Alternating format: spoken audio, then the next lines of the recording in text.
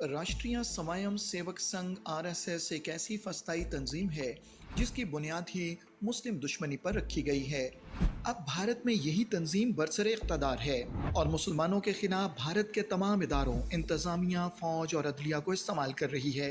Hitler के नज़रिए की पैरोकार इस तंजीम ने हिंदुत्व एजेंडे की तकमील के लिए नरेंद्र मोदी का इंतखाब किया है, जिसे दुनिया इंसानियत के कातिल के नाम से जानती है।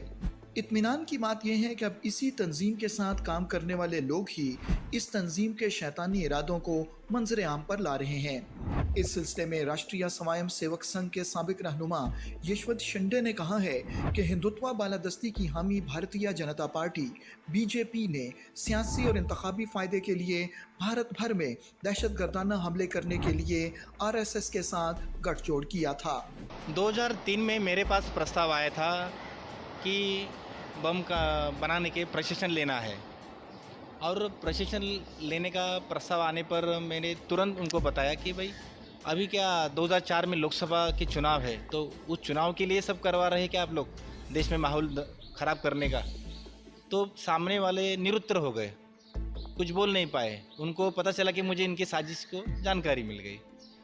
तो लेकिन मैं तो भी ठीक है उस प्लान में शामिल हुआ। यशवंत शिंदे का कहना है कि आरएसएस ने भारत भर में तरबियती कैंप बना रखे हैं, जिनमें लोगों को असलहे और गोला बारूद के इस्तेमाल की तरबियत दी जाती है। सिंहगढ़ गया, सिंहगढ़ में काफ़ी लोग आए थे महाराष्ट्र से, कई ज़िलों से। तो वहाँ से नांदेड़ से हिमांशु पानसे भी आया था। तो वहाँ पर एक 3-4 दिन की ट्रेनिंग हुई, और ट्रेनिंग में मिथुन चक्रवर्ती नाम का व्यक्ति बम बनाने का प्रशिक्षण देता था। उसका वास्तव असली नाम रविदेव, जो उस समय अखिल भारतीय सहसंयोजक था बजरंग दल का, और राकेश धावड़े जो मालेगांव बम 2008 के जो बम कांड हुआ, प्रज्ञा सिंह जो भाजपा की सांसद है, ये जो मिल के जो उन्होंने कांड किया था। तो राकेश धावड़े जो अभी जमानत पर बाहर है उस केस से, वो इस हमारी उस व्यवस्था में था। रिसोर्ट में जो हम रह रहे थे उसमें व्यवस्था में था। और मिथुन चक्रवर्ती यानी रविदेव को रोज़ सवेरे लाना और लेकर जाने का काम उसके पास था। और वो ट्रेनिंग देने का एक ही मकसद था कि लोकसभा 2004 के पहले पूरे भारत में बड़े कांड हो और उस एक माहौल खड़ा हो और भाजपा को उसमें सत्ता में जाने का एक रास्ता मिले। इसके लिए ये विश्व हिंदू परिषद के और भाजपा के लोगों ने मिलकर ये साजिश रची थी।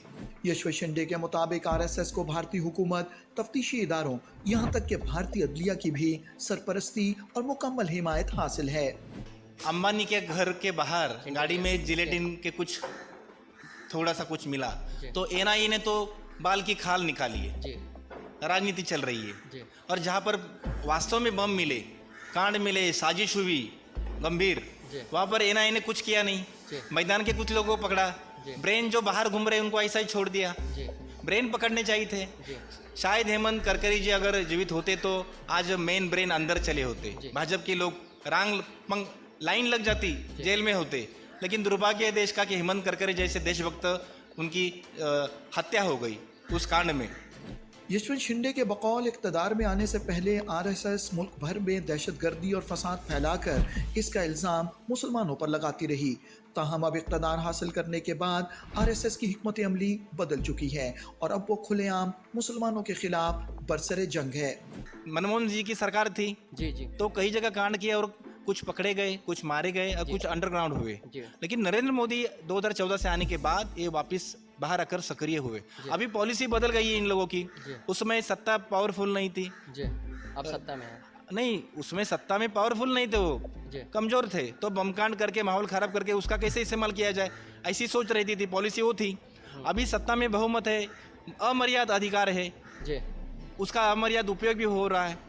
तो अभी पॉलिसी चेंज हुई है कि द्वेष फैलाओ। जैसे पश्चिम बंगाल में ममता हिंदुओं पर बड़े अत्याचार कर रही है। तबलीगों ने कहा भारत में कोरोना लाया नरेंद्र मोदी के गलत नीति के कारण, नमस्ते ट्रम्प करने के लिए, भाजपा की सत्ता गिराने के लिए मार्च तक उन्होंने देश को खींचा, सारे देश को रोगग्रस्त किया, लाखों लोग मरे। हिजाब का मैटर उन्होंने उठाया। और अभी नुपुर शर्मा को आगे करके प्रेषित मोहम्मद पैगंबर इनके नाम को उछालकर बदनामी का विषय निकालकर विषय इतना गंभीर बनाया कि राष्ट्रीय अंतर्राष्ट्रीय स्तर पर बहुत वही विषय था, दूसरा विषय नहीं था मीडिया में। मासी में भारत की हिंदू इंतहा पसंद तंजीमें सियासी फवायद हासिल करने के लिए दहशत की वारदातें सरअंजाम देकर